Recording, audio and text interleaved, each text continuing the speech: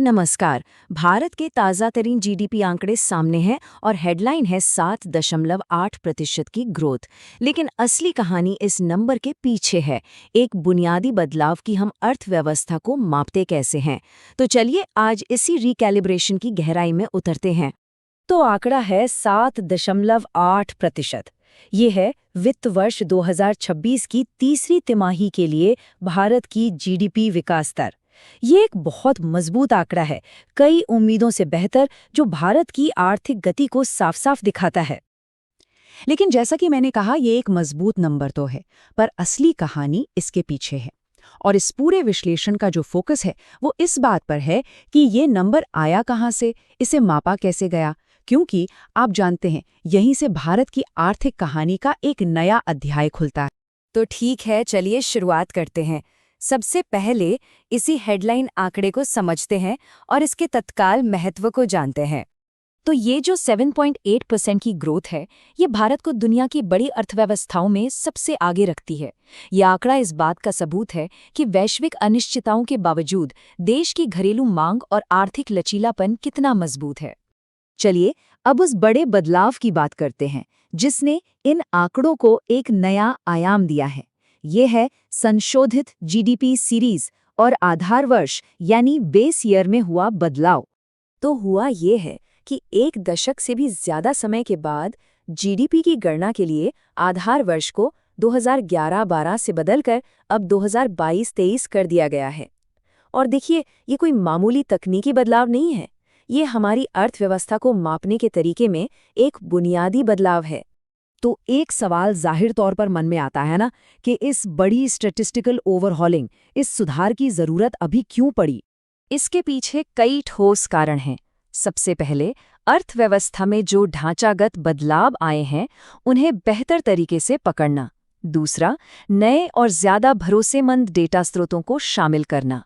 साथ ही अनुमान लगाने के तरीकों में सुधार करना।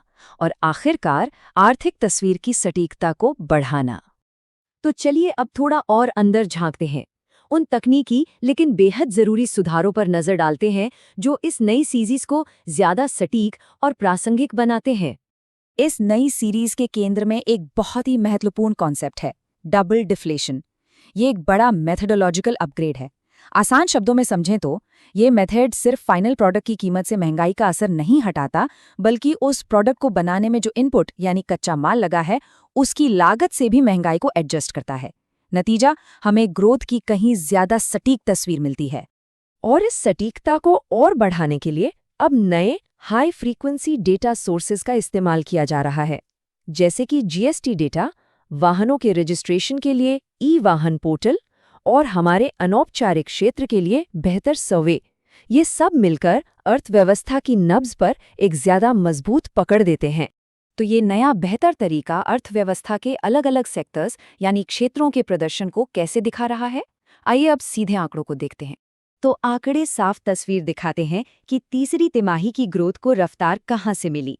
मैन्युफैक्चरिंग सेक्टर ने 13.3% की शानदार बढ़त दर्ज की है, वहीं फाइनेंशियल सर्विसेज 11.2% और ट्रेड एंड होटल्स 11.0% पर रहे, यानी इन्होंने भी डबल डिजिट में ग्रोथ दिखाई।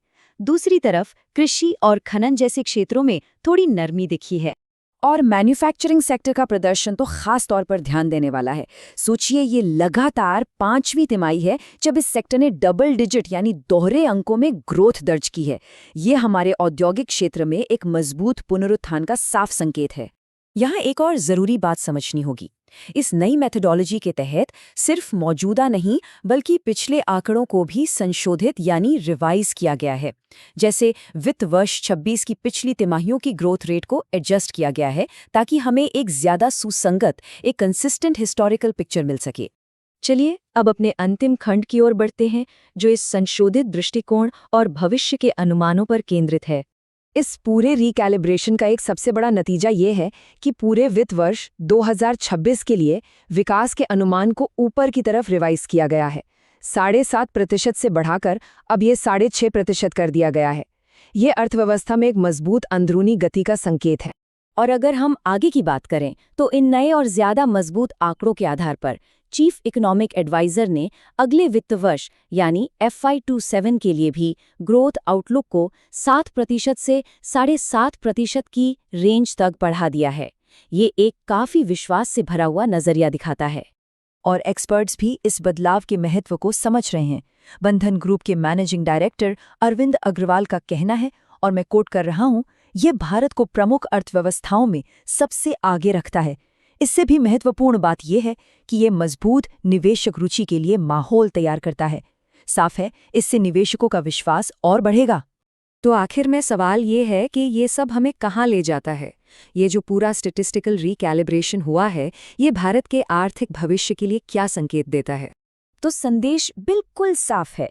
ये सिर्फ एक ऊंची विकास दर का आंकड़ा नहीं है, बल्कि एक बेहतर, ज्यादा सटीक मापन प्रणाली का प्रमाण है। भारत की विकास गाथा केवल तेज नहीं हो रही है, यह भविष्य के लिए खुद को पुनर्मूल्यांकन कर रही है।